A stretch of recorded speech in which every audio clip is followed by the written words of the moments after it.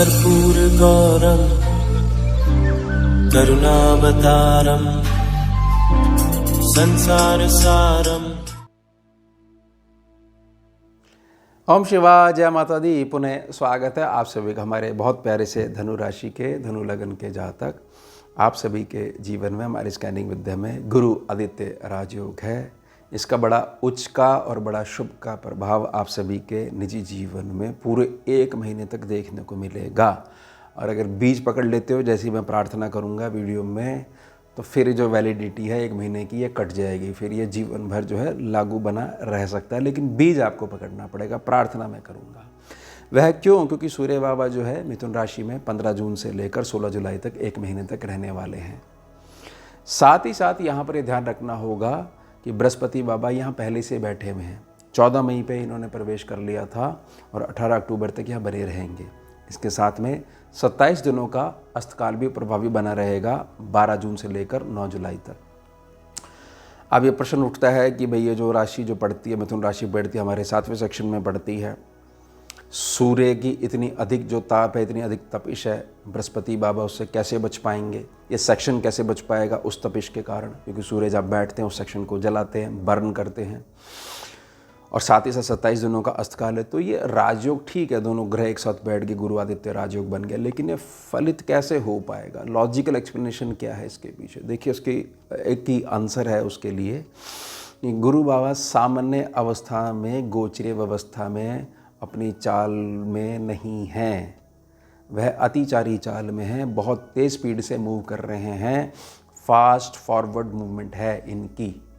तो इतनी तेज़ जो गति है, वह तेज़ गति के कारण इनके अंदर बल बहुत ज़्यादा आ गया है। ऑन दी पेपर देखा जाएगा तो सारी चीज़ें लागू हो जाएंगी कि सूर्य साथ जो ग्रह बैठा है वह कमज़ोर हो जाएगा, अस्त है तो फिर उसके अंदर उतनी ताकत नहीं रहेगी।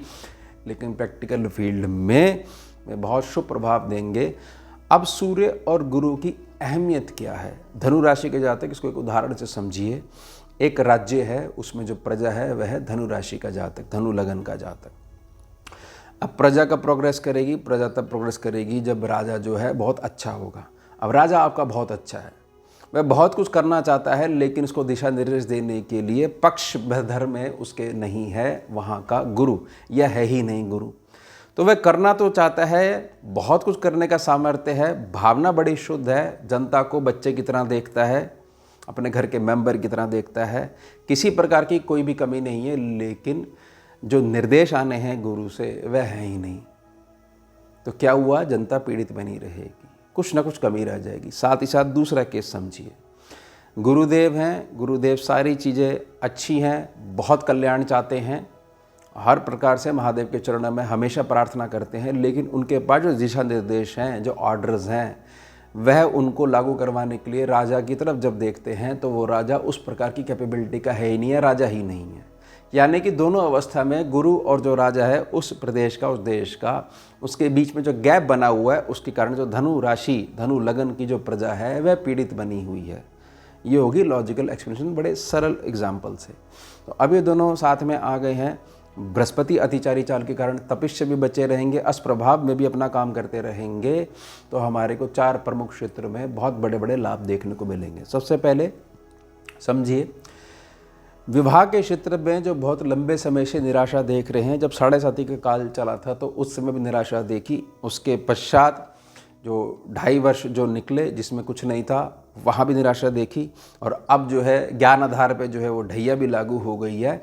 तो 7.5 के 2.5 साल के बाद जब ढैया जब पुनः आती है तो वो प्रोग्रेस देने के लिए आती है। साथ ही साथ आपकी लगन कुंडली और जो रिक्वायर्ड डिविजनल चार्ट्स होते हैं उनकी मजबूती भी बहुत ज़्यादा आवश्यक होती है। तो विवाह के क्षेत्र में कोई भी निराशा देखने को नहीं मिलने वाली है, बल्कि और ज़्यादा तेज़ी आने वाली है। साथ ही साथ जो आपकी एक ऐसा इनकम है जिससे आपका घर चलता है, जिसको दैनिक आमदनी बोलते हैं, डेली इनकम बोलते हैं, वह भी इम्प्रूव होगी। कुछ ना कुछ में बढ़त देखने को मिलेगी, या कुछ ऐसे सोर्सेज आपकी मेहनत के द्वारा आप स्वयं खड़े कर लोगे जिससे आपकी इनकम और ज़्यादा मार्गों से आप तक आने लग जाएगी। घर का जो क्षेत्र है जिसमें कि आंतरिक कलेश जो शामिल रहता है, जिसके कारण धनु राशि का जातक जो है वह बाहर जाके परफॉर्मेंस अपनी उतनी खुल के नहीं दे पाता है, क्योंकि एक मानसिक दबाव में वह रहता है। वह सभी दबाव मुक्त होने वाले हैं। बड़ी अच्छी पति पत्नी की टीम जो है वो बहुत अच्छी निखर के सम्मुख आएगी, यानी गृहस्थी का जो मामला है वह बहुत अच्छे और सुखद रिजल्ट आपको देने वाला है। फ्रेंड सर्कल जो है, जहाँ पर एक ऐसी बात है कि धन की लेनदारी या देनदारी को लेकर जो है हमारे रिश्ते बिगड़ रहे थे, उनमें भी पूर्ण रूप से फुल स्टॉप लगेगा। जहाँ आपकी देनदारी है, जहाँ देना है पैसा, वहाँ आप दे पाओगे, इतनी आपकी इनकम हो जाएगी या इतना पैसा घूमेगा, तो रिलेशन नहीं प्रभावित होंगे। और जहाँ लेनदारी है, जो अब व्यक्ति पहले भाई भाई कर रहा था और आपसे मुंह छुपा रहा है, उसके पास से भी आपके भाग्य में इतनी ताकत आ जाएगी कि वह आपके भाग्य को जो है उसका प्रभाव पड़ेगा और कुछ ना कुछ सर्कल ऐसा घूमेगा कि जहाँ आपका पैसा अटका पड़ा है वह आप तक पहुँच जाएगा। इसके साथ में 3 प्रमुख प्रभाव। यह जब चीज़ हो जाएगी तो एक बात ध्यान रखिएगा, ये कही गई है कि कुछ ना कुछ इनकम के सोर्स जो है आप स्वयं जोड़ लोगे। तो जब इनकम के सोर्स जोड़ लोगे तो स्वाभाविक है जो आपका कर्म क्षेत्र है वह मजबूत रहेगा।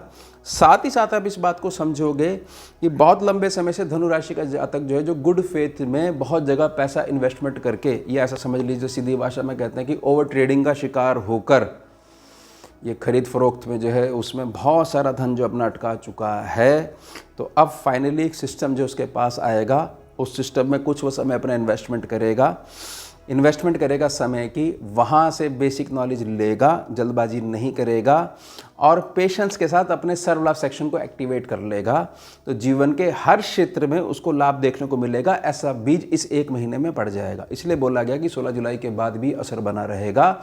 अगर आप बीज पकड़ लेते हो, प्रणाली समझ जाते हो, तो फिर गोचरी व्यवस्था अगर परिवर्तित होती है उसका फर्क नहीं पड़ पाएगा।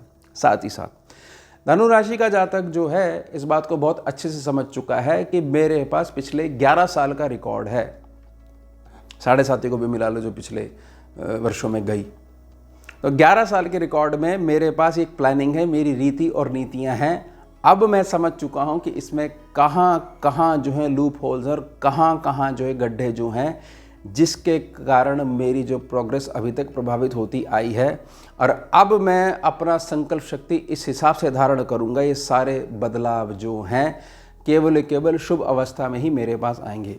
यानी आपकी जो डेली एक्टिविटी है, सोने उठने का नियम है, फ्रेंड सर्कल है, सारी चीज़ें चेंज होने वाली हैं। और उसके लिए जो बदलाव का जो कारण और कारक बनेगा वह स्वयं आप बनने वाले हो। आपको संकल्प लेना है, बस बाहर निकलना है।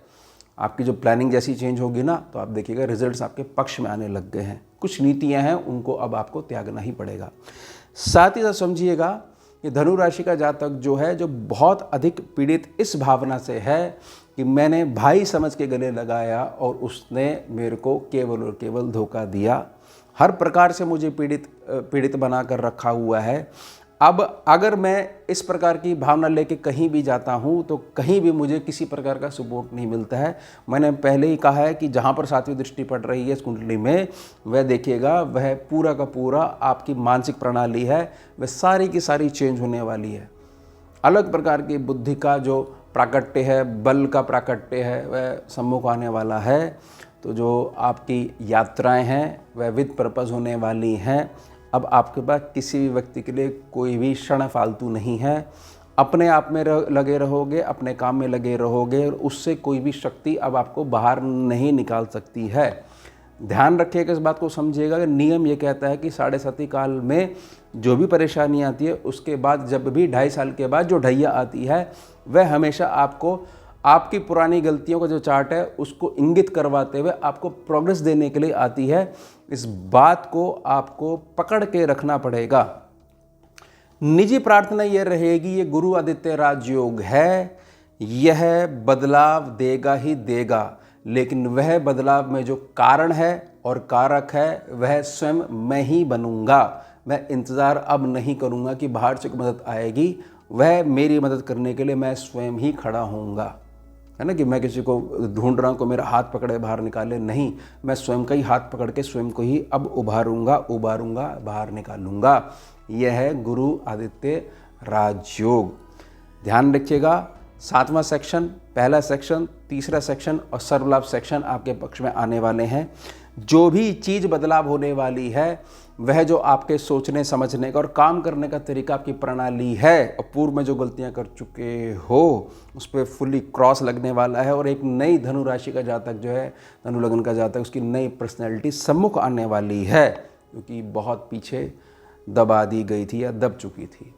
तो ध्यान रखिएगा, बदलाव का समय है, लेकिन बीज पकड़ के हमारे को चलना है। यह बिल्कुल नहीं फंसना है कि ये गोचर का तो क्या है, गोचर हमेशा बदलते ही रहते हैं। नहीं, गोचर में केवल हमारे को आंतरिक प्रेरणा लेनी होती है। समुख विद्वान से प्रेरणा मिल गई, बस हमारे को चीज़ समझ में आ गई, चीज़ ऐसे ही होती है। और कुछ चीज़ों में समय लगता है। हमारे पास वो समय था, उसने हमारे को टक्कर मारी, और समय हमारे पक्ष में है। हमारे को बहुत ज़्यादा अलर्टनेस के साथ अपनी डेली एक्टिविटी को कायम करना है। तो ये होगा हमारा उत्तम विषय। मिलते हैं आपसे अगले भाग में नए विषय के साथ। जुड़िए और जोड़िए। ओम शिवा, जय माता। भुजगेन्द्रहारम् कर्पूरगौरं करुणावतारम्